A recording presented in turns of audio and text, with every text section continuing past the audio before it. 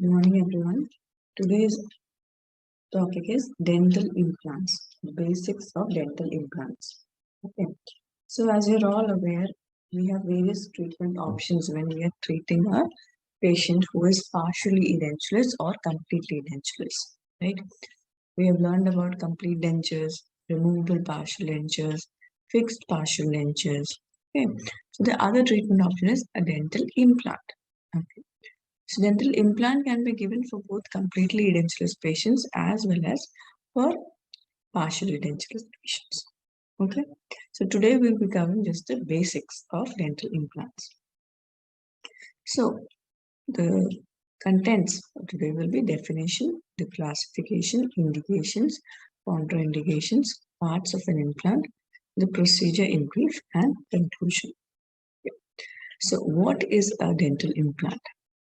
According to GPT-9 definition, dental implant is a prosthetic device which is made of alloplastic material, okay, which is implanted into the oral tissues beneath the mucosal or periosteal layer and or within the bone to provide retention and support for a fixed or removable dental prosthesis.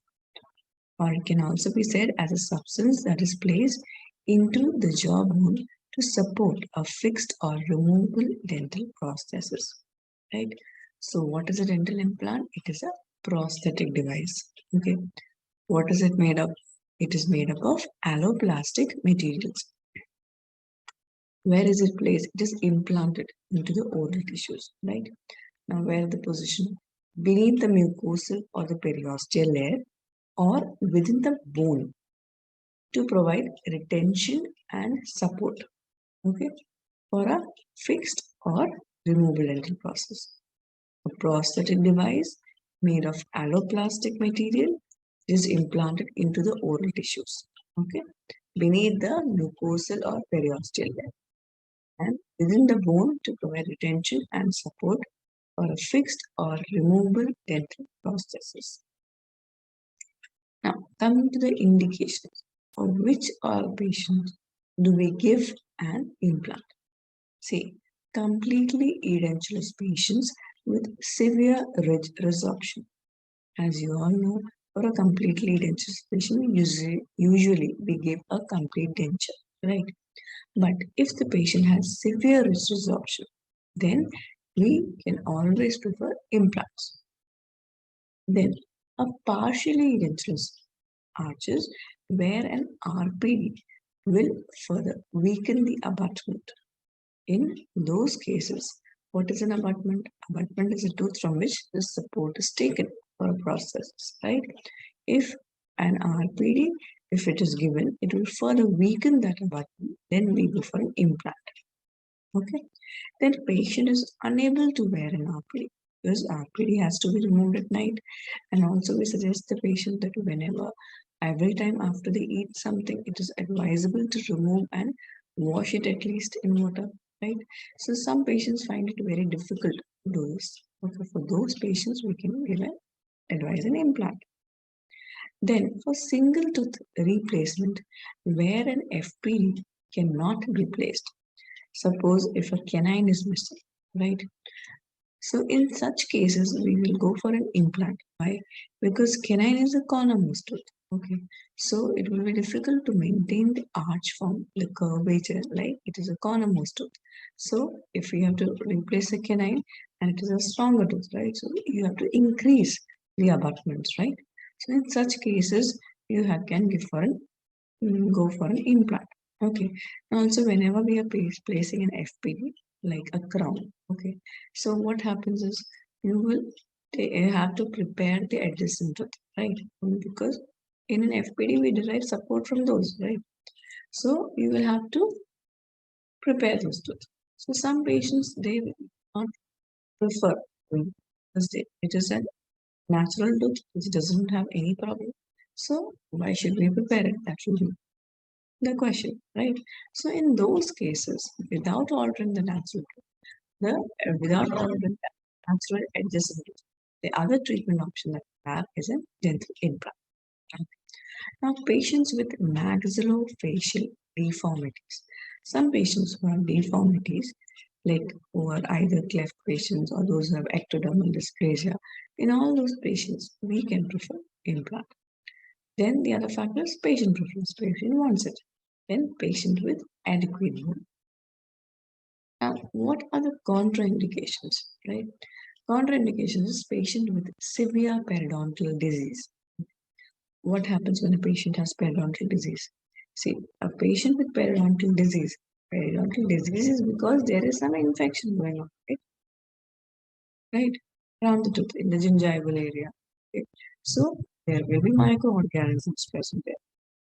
So, suppose if a patient has severe periodontal disease, we extract the tooth and we place an implant there. So, those microorganisms are still there, right? So, they will cause a failure. Okay. Implant failure, or the patients who are resistant microorganisms to the adjacent tooth can also cause this problem, right? Then the patient who has uncontrolled diabetes, they also have chances of infection. So the chances of rejection will be more. Patients on steroid therapy. Steroid therapy, especially those who are taking bisphosphonates therapy. Okay, so what happens when a patient is taking bisphosphonates? Bisphosphonates is a drug which causes reduction in the osteoclastic activity.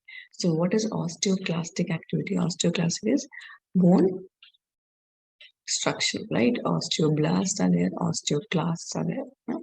So bisphosphonates will reduce the osteoclastic activity. So what will happen? See, when we are placing an implant there, okay, it is a foreign structure, right? We are placing in the surgically we place it in the arch. Okay, so what happens? Bone remodeling will take place normally.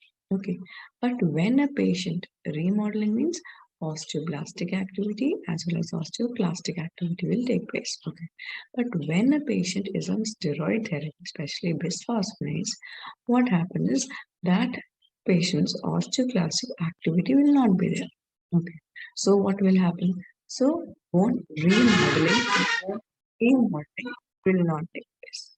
Okay, so in those patients, so in such patients, we do not give an implants. Okay. Now, patients on irradiation, patients who are undergoing radiotherapy for some problem, right?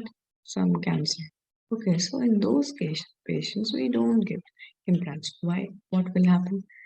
Patients who are on radiotherapy, they have high chances of osteoradionecrosis. What? Osteoradionecrosis. Osteo means bone, radio means because of the radiotherapy, and necrosis. Okay, so patients on irradiation will have osteoradionecrosis.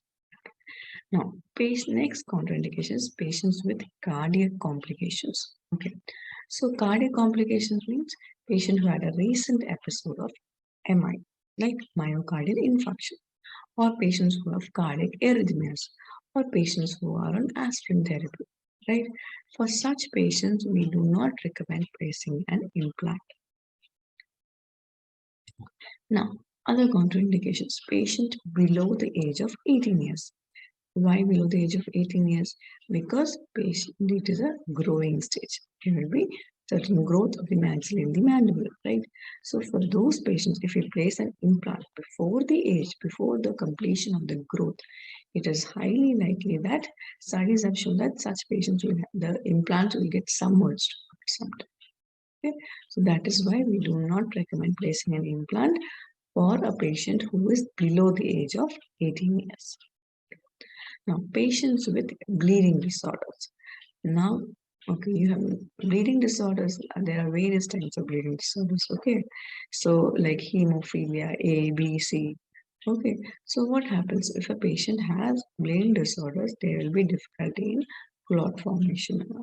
So, because it is a surgical procedure, we do not want complications to happen. Okay. Now, in chronic smokers also it is contraindicated, and patients with severe infections. Okay, so just revising the indication